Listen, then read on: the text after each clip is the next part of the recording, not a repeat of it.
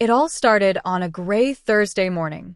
Rain tapped against the windows like a warning, but she didn't hear it. She was too busy balancing a crying infant in one arm and a burnt piece of toast in the other. Her name was Tasha, and for the past 5 years, she'd been someone's wife, someone's supporter, someone's background. She wasn't always invisible. Back in college, she was the firebrand who led rallies, who built ideas into action, who made people believe in things. But marriage had a way of dulling her shine. Not because she wasn't trying, but because Damon, her husband, needed to be the only sun in their sky. Damon had charm. The kind that filled a room and emptied a person. The kind that drew people in but left no room for anyone else to bloom. In the beginning, it felt like protection. Later, it felt like a prison. That morning, Tasha poured her last few dollars into the baby's formula. She was still recovering from childbirth, sore, exhausted, and uncertain. Damon walked in, suited and impatient. "Where are my keys?" he barked. "They're on the table," she replied, bouncing baby Amari gently. He found them and then paused by the door. "Look at you," he scoffed, scanning her wrinkled t-shirt and puffy eyes. "You used to be somebody." She flinched. Then he dropped the hammer. "Nobody's gonna want you now. A broke woman with a baby? Your baggage, Tasha. I'm not dragging you around anymore." Before she could respond, before she could even cry out, he was gone. That was it. No long speech. No explanation. Just the cold slam of the door and the echo of every insult he'd ever whispered into her soft places. Tasha stood in the silence, baby in her arms, unsure what part of her had shattered most. Her pride? Her heart? Or that small flicker of belief that he might change? For weeks, she didn't move much. She went through the motions, diapers, bottles, one-pot meals. The apartment felt smaller, the nights longer, the world colder. But then something strange happened. The silence began to feel like space. And in that space, something started to grow. One night, after Amari finally went to sleep, she opened her old laptop. It wheezed and clicked like a relic from another life. She stared at the blinking cursor for what felt like hours. Then she typed 3 words. Virtual assistant jobs. She had always been organized. Always good with words. She used to proofread Damon's presentations and schedule his meetings, even when he acted like he did it all himself. Now she was going to use those same skills for herself. The first gig paid $50. Not much, but it felt like winning the lottery. She bought groceries with that money, real ones. Then came another gig. Then another. She worked during naps, during feedings, during quiet spells when the baby drifted off on her chest. Sleep became a stranger, but pride became a companion. Tasha didn't just work, she grew. She studied, certified herself, took calls in whispered tones, and built a client list. One of her clients, a life coach named Sandra, noticed her tone. "You have a real presence," Sandra said. "Ever thought about doing client work full-time?" Tasha laughed at first, but something inside her clicked. She wasn't just surviving anymore. She was rebuilding.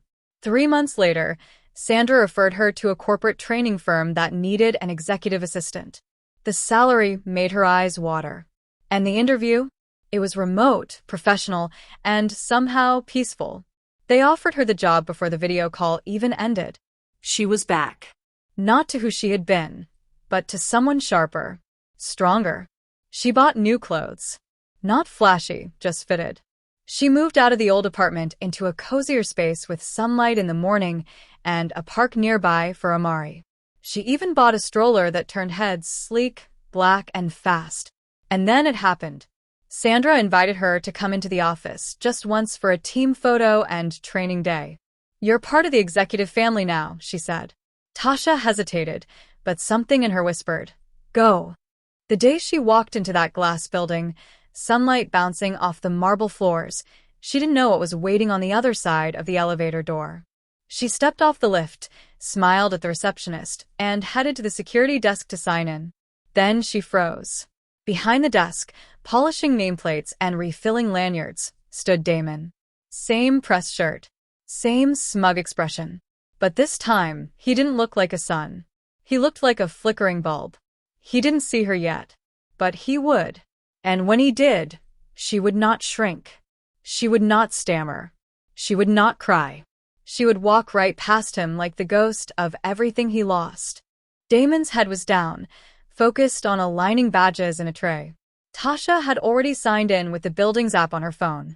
The front desk was a formality now, an obstacle she didn't need to acknowledge.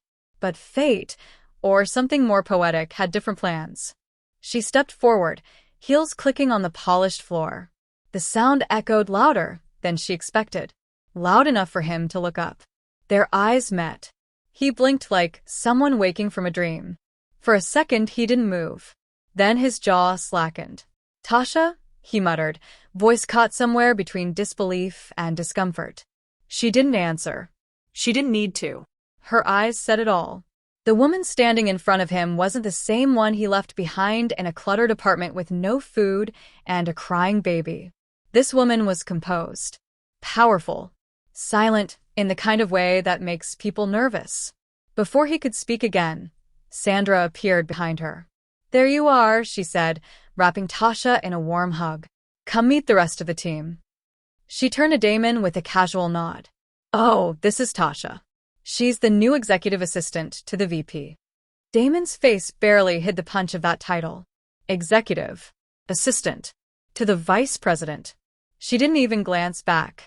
The office was modern, full of glass walls, tasteful art, and quiet conversation. As they walked through the corridor, people greeted her warmly. A young man even opened a door and called her ma'am. Funny, she thought.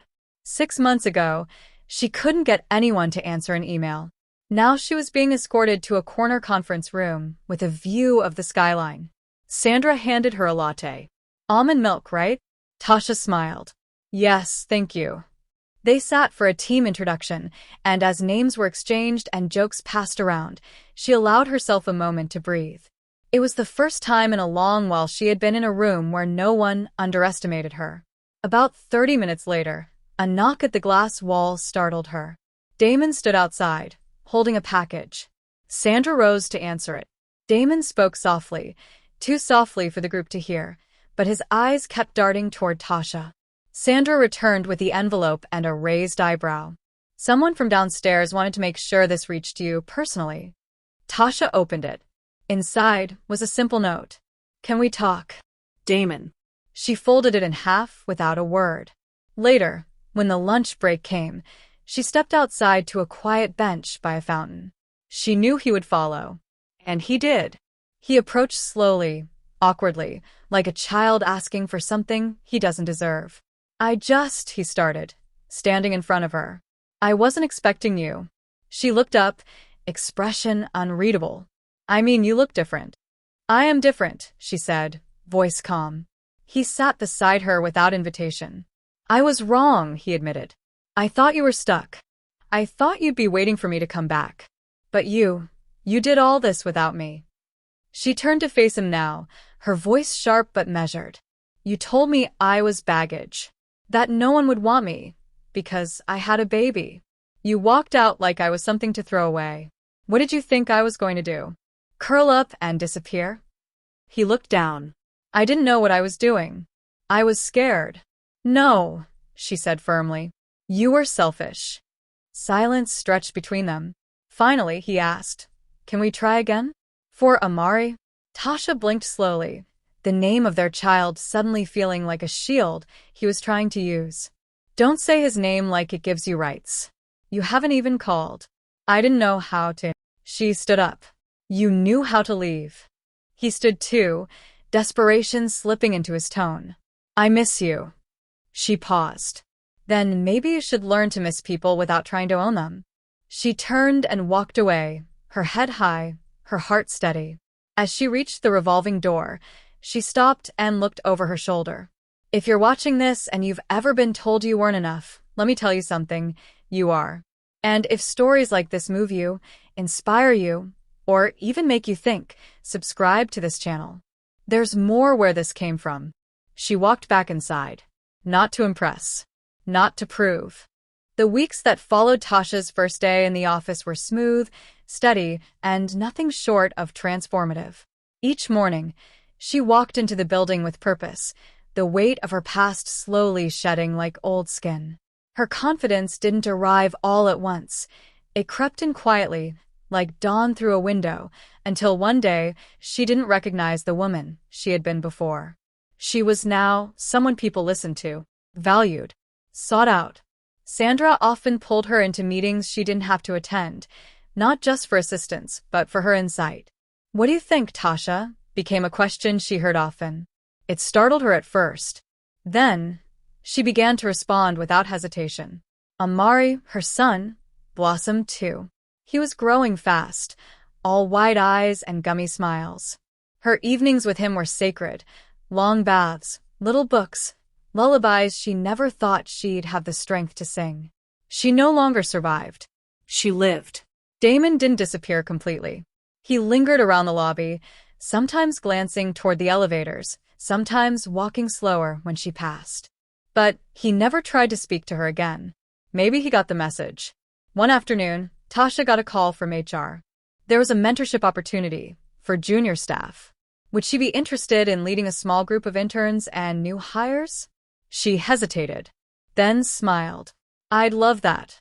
The first session was set in a cozy conference room on the top floor. 10 fresh faces looked at her with a mix of nerves and excitement. She told them about her journey. Not the heartbreak, not Damon, but the grind. The learning. The nights she worked by lamplight with a baby on her lap. One young woman raised her hand. "How did you stay motivated when things were at their worst?" Tasha paused. "I stopped waiting for someone to save me. I realized I was the hero I'd been looking for." After the session, several interns thanked her privately. One even said, "You made me feel like it's okay to start over." And that was the moment it all made sense. She hadn't gone through that storm just to rebuild her life. She had gone through it so she could reach back and help others find their way out. That weekend, Tasha took Amari to the park. It was warm, sunny. Laughter floated on the air. She watched him toddle toward the swings with determination, as if he had inherited her quiet strength. Her phone buzzed. It was a message from Damon. "I'm leaving the city. Got a new job. Just wanted to say, I'm sorry." for everything." She stared at the screen, then typed back, "I wish you healing. And I truly mean that." She hit send. And with that, it was done. Not just the relationship, but the ache, the anger, the needing to be seen by someone who never knew how. That night, she opened her laptop and started drafting a story. A story about a woman who was once broken, once discarded, once told she was baggage, but who learned to carry herself. And if you've made it this far, maybe you see a little of yourself in Tasha. Maybe you're standing at your own door, wondering if it's too late to start again. It isn't. You are not baggage. You are the whole journey.